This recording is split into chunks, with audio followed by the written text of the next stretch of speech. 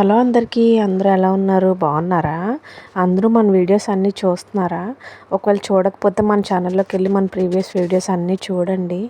నచ్చితే like, share, subscribe చేయడం మర్చిపోవద్దు. మీ ఫ్రెండ్స్ అండ్ ఫ్యామిలీ మెంబర్స్ అందరికీ షేర్ చేయండి. మీరు లైక్ చేయడం వల్ల మన వీడియోస్ ఇంకొంతమందికి వెళ్తాయి. అలాగే ఇది నా చేతి చామదుంపల పులుసు అనమాట.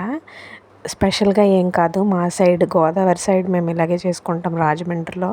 ఇక్కడ విజయవాడ సైడ్ ఇంకొకలా చేస్తారు, అది ఇంకొకసారి ఎప్పుడైనా చూపిస్తాను. నార్మల్గా ఆనియన్, టమాటా అన్నీ కట్ చేసుకొని పోపు వేసేటప్పుడే లైట్గా కొంచెం మెంతులు కూడా వేసుకొని పచ్చిమిర్చి, ఉల్లిపాయ బాగా వేగిన తర్వాత టమాటో వేసుకోవాలి. అది కూడా బాగా మెత్తగా మగ్గిపోయిన తర్వాత అప్పుడు లైట్గా వాటర్, చింతపండు పులుసు, ఉడకపెట్టిన చామదుంపలు వేసేసుకోవడమే.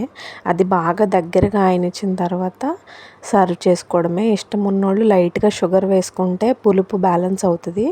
లేదు, అవసరం లేదు అనుకున్న వాళ్ళు స్కిప్ చేసుకోవచ్చు.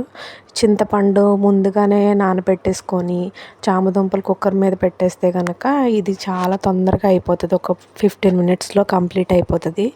ఇదే మేము రాజమండ్రి సైడ్ అయితే పెసర పునుగులు కూడా వేసి చేసుకుంటాము. అక్కడ దొరుకుతాయి, ఇక్కడ కొంచెం తక్కువ దొరుకుతాయి. అటు సైడ్ చామదుంపల ప్లేస్లో పెసర పునుగులు కూడా వేసి చేస్తారు. అలా కూడా చాలా బాగుంటుంది.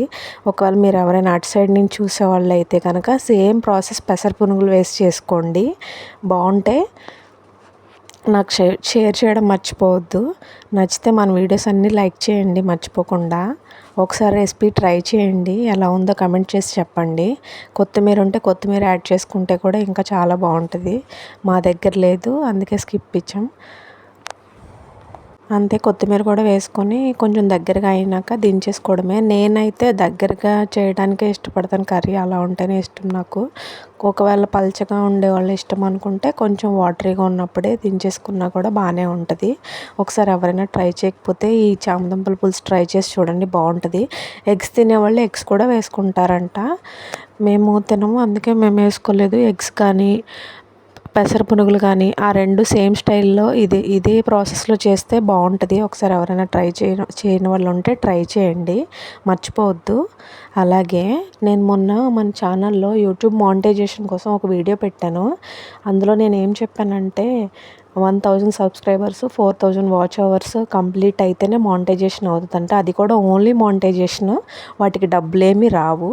తర్వాత నుంచి మనకి మన యూట్యూబ్ ఛానల్లో వీడియోస్కి వచ్చే వ్యూస్ని బట్టి దానికి మనకి అమౌంట్ వస్తాయి. మానిటైజేషన్ తర్వాత మాత్రమే మనకి అమౌంట్ వస్తాయి. మానిటైజేషన్ ముందున్న వాచ్ అవర్స్ మనకి దీంతో క్యాలిక్యులేట్ అవ్వవు.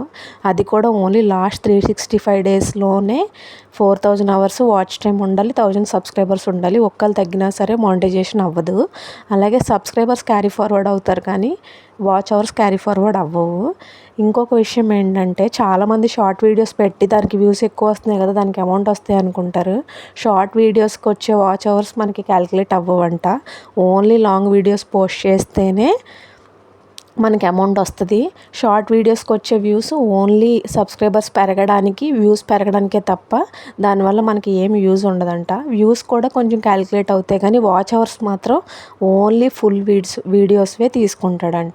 ఫుల్ వీడియోస్కి వచ్చే వాచ్ అవర్సే 4000 వాచ్ అవర్స్లో మనకు కలుస్తాయి.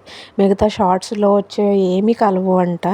ఇది ఎవరైనా తెలియని వాళ్ళు ఉంటే తెలుసుకుంటారని చెప్తున్నాను. ఆల్రెడీ తెలిసిన వాళ్ళు అయితే మీరు కూడా కొంతమందికి ఎవరికైనా తెలియని వాళ్ళకి చెప్పండి. చాలామంది యూట్యూబ్ స్టార్ట్ చేద్దాం అనుకునే వాళ్ళకి ఇలాంటి విషయాలన్నీ తెలియకపోవచ్చు.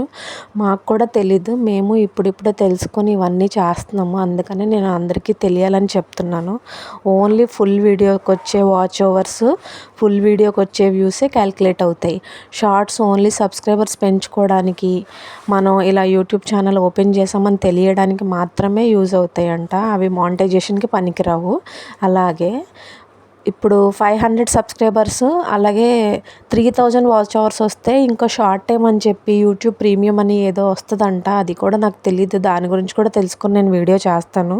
మీరు ఎవరికైనా దాని గురించి తెలుసుంటే నాకు షేర్ చేయడం మర్చిపోవద్దు.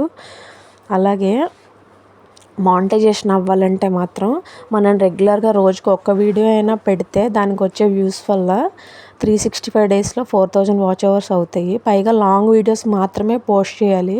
షార్ట్ వీడియోస్ కూడా రోజుకి 2-3 పెట్టుకుంటే మనం ఆల్రెడీ యూట్యూబ్లో ఉన్నామని అవతల వాళ్ళకి తెలుస్తుంది కదా. లాంగ్ వీడియోస్ అందరూ చూడడానికి ఇష్టపడరు. ఇప్పుడు కూడా నేను ఇంత చెప్తున్నాను కానీ ఈ వీడియో చివరి వరకు ఎవరు చూస్తారో చూడరో తెలీదు. నేను ఇదే మళ్ళీ షార్ట్ వీడియోలో కూడా చెప్పడానికి ట్రై చేస్తాను సేమ్ టాపిక్. మీలో ఎవరికైనా ఈ విషయాలన్నీ తెలిస్తే నాకు షేర్ చేయడం మర్చిపోవద్దు. అలాగే యూట్యూబ్ గురించి ఇంకేమైనా తెలుసుకోవాలనుకుంటే కూడా నన్ను అడగండి, నేను తెలుసుకొని చెప్తాను.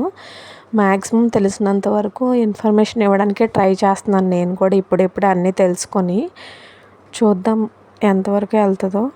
ప్లీజ్ అందరూ సబ్స్క్రైబ్ చేసుకోండి. సబ్స్క్రైబ్ చేసుకోకుండా చూసేవాళ్ళు ఎవరైనా ఉంటే కనుక సబ్స్క్రైబ్ చేసుకొని చూడండి. మీరు సబ్స్క్రైబ్ చేసుకోవడం వల్ల మన వీడియోస్ ఇంకొంతమందికి వెళ్తాయి.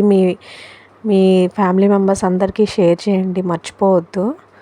అంతే ఈ వీడియో. Thank you.